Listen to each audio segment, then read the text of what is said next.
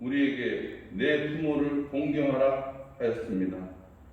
이것이 약속 있는 계명이라고 가르치고 있습니다. 이 어버이날의 유래를 잠깐 알아보겠습니다.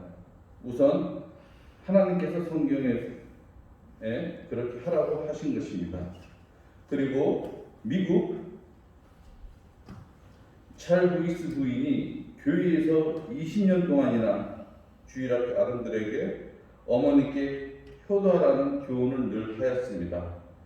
그녀가 별치 않은 후 교회에서 추대를 올렸는데 그의 딸 안나는 어머니가 생전에 가장 좋아하던 카네이션 흔들기를 제단에 바쳐 극진한 추모를 하였다고 합니다.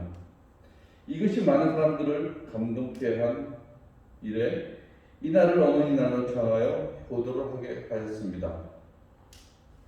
그 후 한국에서는 아버지의 날이 없다 하여 어머니 날을 겸하여 어버이날로 한 날을 정하여 지금까지 지켜오고 있습니다. 참으로 아름다운 일을 하나님이 원하시는 것입니다. 히랍의 대철학자인 소크라테스도 자기 부모를 섬길 줄 모르는 자를 친구로 삼지 말라. 왜냐하면 그는 인간의 첫걸음을 벗어났기 때문이라고 하였습니다. 또한 중국 유학인 수학에서도 자기를 소중히 여기지 못하면 그 부모를 손상하게 된다. 부모를 손상하게 하는 것은 자기의 근본을 손상하게 하는 것이다라고 합니다. 효의 중요성을 동서복음이 다 강조하고 있는 것은 우연한 일이 아니라고 봅니다. 첫 번째로 내 부모를 공경하라 하십니다. 하나님은 우리에게 오늘 본문의 말씀처럼 자녀들아 내 부모를 주 안에서 순종하라 이것이 옳으니라. 내 아버지와 어머니를 공경하라 이것이 약속 있는 첫 계명이니 이는 내가 잘되고 땅에서 장살이라. 또 아비들아 너희 자녀를 노엽게 하지 말고 오직 주의 교양과 훈계로 영육하라고 하십니다. 이 말씀은 약속 있는 축복입니다. 효도하는 사람, 부모에게 순종하는 사람은 하나님은 축복하신다는 것입니다.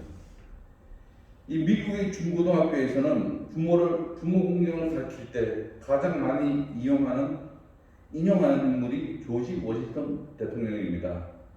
이 워싱턴은 바다를 벗삼아 세계를 항해하는 멋진 선장이 되고 싶었습니다. 그는 선원으로 취직해 먼 백길을 떠날 모든 준비를 마쳤습니다. 그리고 이 어머니를 찾아가 작별 인사를 드렸습니다. 아들과 이별이 아쉬워 슬피 우는 어머니를 보고 이 워싱턴은 마음을 돌렸다고 합니다. 어머니의 눈물과 내 꿈을 바꿀 수는 없다. 워싱턴은 항해를 포기했습니다. 그때 이 어머니가 아들의 머리에 손을 얹고 축복을 했다고 합니다. 부모를 공경하는 사람의 앞길이 평탄하리라.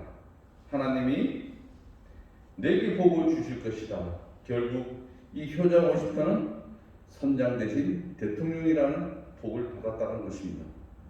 하나님은 부모를 공경하는 사람에게 장수와 명예라는 이름의 복을 주십니다.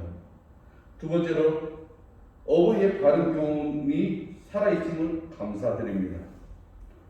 오늘의 우리가 존재하는 것은 하나님의 은총이면서 어버이의 끝없이 피눈물 나는 수고가 있었기 때문에 생존하고 있는 것입니다.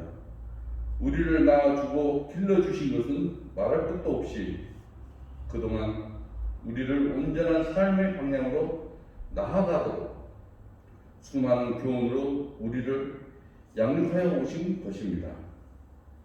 어버이 믿음을 바르게 계승한다는 것이 얼마나 감사한 일입니까? 여러분 디모데를 보십시오.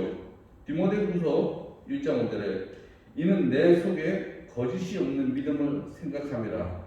이 믿음은 먼저 내 외조모 로이스와 내 어머니 유니게 속에 있더니 내 속에도 있는 줄 확신한다. 그러므로 이 디모데는 위대한 사도 바울의 자식 같은 계승자가 된 것입니다. 유명한 설교가인 로버트 리이 목사는 대학 공부를 하기 위해서 파나마에 유학을 간 적이 있다고 합니다. 그는 파나마에서 공부하며 학비를 벌기 위해 일을 해야만 했습니다. 그러나 그가 이 파나마로 떠나기 전에 독실한 그의 어머니는 그에게 내가 공부하기 위해 오랫동안 집을 떠나 있을 텐데 너는 하나님 앞에 깨끗하게 살아야 한다. 내 교훈을 잊지 말라고 당부를 했습니다. 그래서 내가 공부를 마치고 집에 돌아왔을 때 내가 잘못했다면 그 모든 것이 내 눈동자에 드러날 테니 명심해야 한다라고 당부를 했습니다. 그러면서 부디 깨끗하게 생활하더라라고 말을 했다고 합니다. 그는 파나마에 가서 생활하면서 술집을 가까이 하지 않았고 나쁜 친구와 사귀어 노름도 하지 않았다고 합니다. 자기 몸을 헛되이 버리지 않았습니다. 어머니의 교훈대로 살다가 공부를 마치고 돌아와서는 어머니 앞에 서서 당당하게 어머니 제 눈동자를 보십시오. 어머니 말씀대로 살았습니다라고 자신있게 말했다고 합니다. 세 번째는 어버이들은 하나님의 지혜로 우리를 양육하셨습니다. 어버이들이 가진 지식과 경험을 통하여 우리의 삶의 바탕이 만들어졌습니다. 그들이 우리를 양육할 때에 생각 밖의 일들이 많았고 심지어 그들의 지식과 경험을 뛰어넘는 일들이 많았을 것입니다. 그럴 때마다 하늘의 도움이 있었던 것입니다.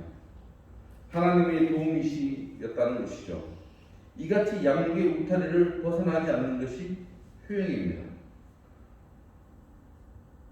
어느 때인가 지그문트 프로이드가 이런 말을 했다고 합니다. 좋은 부모가 된다고 하는 것은 아무리 좋은 환경에서라도 역시 불가능한 직업이다. 그러므로 어버이들에게는 하늘의 지혜가 필요하고 그것만이 어버이들로 하여금 자녀들이 겪는 어려움을 함께 나누고 이해하게 한다고 말했습니다. 또한 자녀들의 삶 속에 녹아들어 있는 가장 중요한 묘사란 바로 어버이들이 자녀에게 보여주는 모범적인 생활이며 가정에서 자녀들에게 끼치는 영향입니다. 좋은 어버이가 좋은 자녀를 낳고 양육하는 것은 진실입니다. 그래야 어버이의 뜻을 삶 속에 실천하는 효가 이루어진다는 것입니다. 기독교 가정에서 자란 한 소녀가 대학에 입학을 했습니다. 그녀는 부모로부터 여러 통의 편지를 받았습니다. 그 편지 속에 한결같이 자식에 대한 부모의 자상한 관심이 들어 있었습니다. 그녀는 부모님께 보낸 편지에 이렇게 썼다고 합니다. 제가 제약된 길로 빠지지는 않을까 염려하시지 않아도 됩니다. 하나님께서는 저로 하여금 잘못된 길로 가지 못하도록 막으시는 우리 집의 오랜 손님이시니까요. 그렇습니다. 잘 훈육되어 양육된 자녀가 그릇된 길로 나아갈 수 없는 것입니다. 그렇게 양육된 자녀는 어버이를 분명코 즐겁게 할 것입니다. 잠언의 23장 22절에서 25절에 보면 너 낳은 아비에게 청정하고 내 늙은 어미를 경히 여기지 말지니라. 진리를 사고서 팔지 말며 지혜와 훈계와 명철도 그러할지니라. 의인의 아비는 크게 즐거울 것이요 지혜로운 자식을 낳은 자는 그를 인하여 즐거울 것이니라. 내 부모를 즐겁게 하며 너 낳은 어미를 기쁘게 하라 라고 얘기합니다. 또한 디모데전서 5장 4절에 보면 만일 어떤 가부에게 자녀나 손자들이 있거든 저희로 먼저 자기 집에서 효를 행하게 하여 부모에게 보답하기를 배우게 하라. 이것이 하나님 앞에 받으실 만한 것이니라. 그가 어버이에게 제대로 된 보답을 할 것입니다. 보답은 배워야 할 덕목이라는 것입니다. 머나먼 어머니의 뱃길이라는 예화가 있습니다. 오래된 얘기입니다. 한 50년도 더 되는 1962년의 이야기인데, 여러분들이 잘 알다시피 이 2월이면 대부분 졸업식인 날이죠. 여수 남국민학교 졸업식에서 일어난 일입니다. 졸업식장에 회색 스웨터에 까만 낡은 바지를 입은 중년 부인이 노력상을 받았다고 합니다. 그 부인이 단상에 올라가 상장을 받자 장례는 박수소리를 떠나갈 듯이 했고, 졸업하는 그 부인에 따른 울음을 터뜨렸다고 합니다. 노력상을 받은 어머니와 딸은 세 채밖에 집이 없는 외딴 섬에 살았다고 합니다.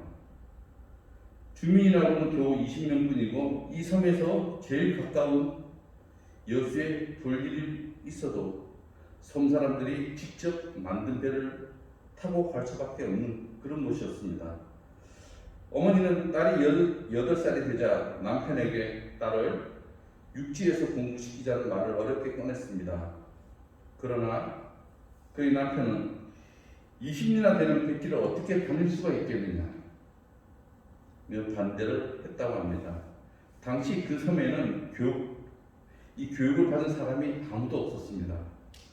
그 어머니는 그 섬이 무지에서 벗어나야 한다는 믿음을 굽히지 않고 딸을 남편 몰래 육지의 초등학교에 입학을 시켰다고 합니다.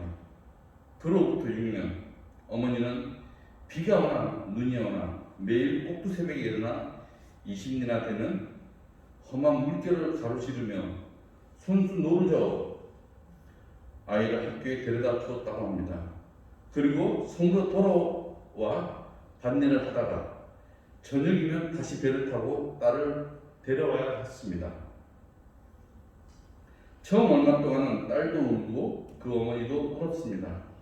딸은 어머니가 자신을 육지에 홀로 남겨두고 떠나는 것이 두려워서 울고, 어머니는 딸을 데리러 가는 길이 늦어 딸이 애처로워 죽을 힘을 다해 눈을 저으며 울었습니다. 이 시계도 없는 섬에서 매일 시간을 맞춰 딸을 학교에 보내고 데려오는 일이 그 일에 한 번도 어긋남이 없었다고 합니다. 그렇게 6년을 하루같이 오간 그 길이 무려 33,000리나 되었다고 합니다. 이 사실이 알려지자 졸업생과 부모 그리고 선생님들은 감격스러운 울음으로 이 졸업식장은 울음바다가 되었다고 합니다. 그리스도의 사랑이 이와 같습니다. 이처럼 아무것도 바라지 않으시고 우리를 좋은 길로 인도하시는 무조건적인 사랑, 이런 사랑이 바로 그리스도의 사랑인 것입니다. 그래서 요한일서 4장 19절에 우리가 사랑하면 그가 먼저 우리를 사랑하셨습니다라고 말씀하고 있습니다. 말씀을 마치겠습니다. 하나님은 우리를 창조하셨습니다. 어버이를 통하여 오늘의 우리가 있게 하신 것입니다. 그리고 그 어버이를 공경하라 하십니다. 이것은 명령입니다. 우리는 이 명령에 순종하여야 하는 것입니다. 마태복음 15장 4절에 만일 어떤 가부에게 자녀나 손자들이 있거든 저희도 먼저 자기 집에서 효를 행하게 하여 부모에게 보답하기를 배우게 하라. 이것이 하나님 앞에 받으실 만한 것입니다. 또 출애굽기 20장 12절에 내 부모를 공경하라. 그리하면 너의 하나님 나 여호와가 내게 준 땅에서 내 생명이 길리라 라고 말씀하십니다. 오늘 우리가 어버이에게 최선을 다하여 효행을 함으로 하나님의 뜻을 이루고 계명을 지켜 믿음의 큰 본을 보이고 새로운 전통을 이루어 축복을 계승하는 성도들이 다 되시기를 주님의 이름으로 축원합니다. 기도하시겠습니다. 사랑의 하나님,